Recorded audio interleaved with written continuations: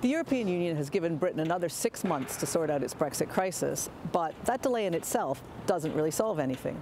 All possible outcomes of Brexit are still on the table.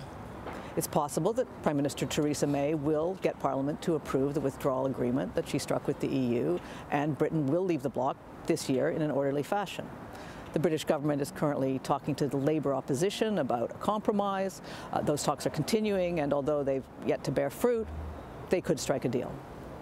Or they might not. The paralysis in London might continue, and we could find ourselves on October the 31st facing a no-deal Brexit in which Britain crashes out of the EU with no withdrawal agreement to smooth the way, and economic mayhem ensues in Britain and economic damage to the rest of the bloc happens as well.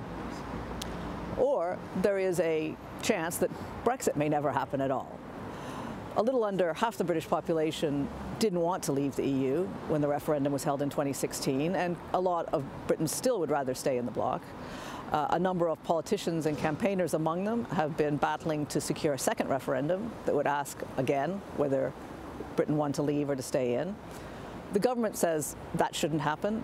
Parliament has voted against it happening, but the longer the impasse drags on, the more likely it is that politicians will decide they just can't solve this problem on their own and will give it back to the British people to make the final decision.